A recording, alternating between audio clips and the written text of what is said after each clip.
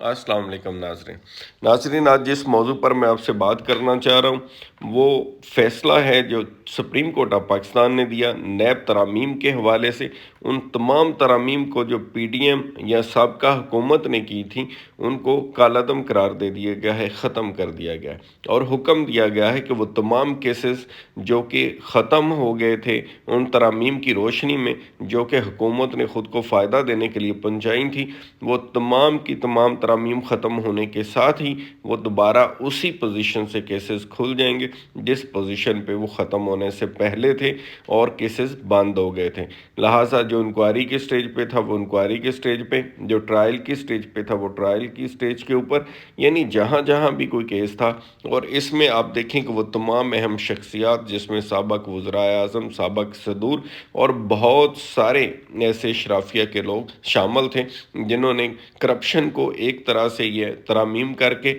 एक मामूली जुर्म बना दिया था। और उसमें से 50 करोड़ से ये भी शर्त एक थी कि 50 करोड़ से कम की करप्शन को कोई करप्शन नहीं समझा जाएगा। आज वो भी ख़त्म हो गई है। ये कि सरकारी मुलाजमीन से उनके एहसासों के हवाले से नहीं पूछा जाएगा, वो भी ख़त्म हो गई। यानी इस तरह की बहुत सारी जो तरामीम थी जो करके तो ख़ुद को फ़ायदा पहुँचाया गया था वो सुप्रीम कोर्ट ऑफ पाकिस्तान ने ख़त्म कर दी है और एक तरह से करप्शन की हौसला शिकनी की है। अब दूसरी तरफ याद रहे कि ये फ़ैसला 2-1 का है जिसमें इख्तलाफी नोट सैयद मंसूर अली शाह साहब ने लिखा। वो टेक्निकल ग्राउंड है जिसके ऊपर वो इस बेंच के ऊपर सवालात उठाते हैं। और ये दूसरा एक आपने देखा था कि पिछले दिनों भी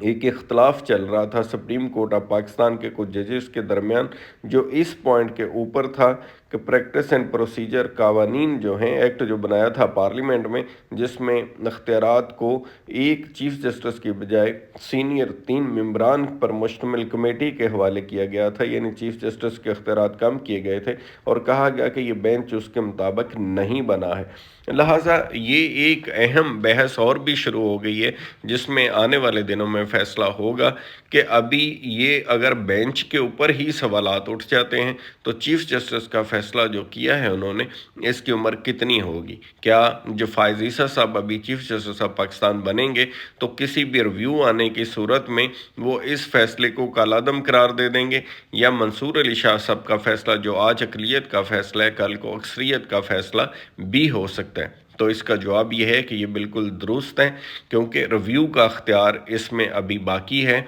और वो डिपेंड करेगा कि रिव्यू करते हुए इसमें प्रैक्टिस एंड प्रोसीजर एक्ट कानून के तहत ज़्यादा जजेस बड़ा बेंच बैठ के सुनता है, क्योंकि माजी में वही बेंच सुनता था, लेकिन अब जब बड़ा बेंच सुनेगा तो फैसले के रिवर्स होने के चांसेस बरकरार रहेंगे। लेकिन आज की तारीख तक जो सूरत हाल है, जब हम उसकी बात करते हैं तो उसमें स्टेटस यही है कि वो तमाम मुकदमात, वो सारे का सारा एनआरओ जो पीडीएम की हुकूमत या सबका इत्तेहादी जो थे सारे के सारे, जिसमें पीपल्स पार्टी भी शामिल थी, बाकी जमातें भी शामिल थीं, पीएमएलएन भी बड़ी बड़ी जमातें और बाकी भी इत्तेहादी, वो तमाम मुकदमा दोबारा उसी जगह से खुल जाएंगे और दोबारा से उनको मुकदमात को फेस करना पड़ेगा अनटिल के कोई ऐसा रिव्यू में या कोई बड़ा बेंच इसको अदरवाइज फैसला देता है। तो उसके लिए भी ज़रूरी है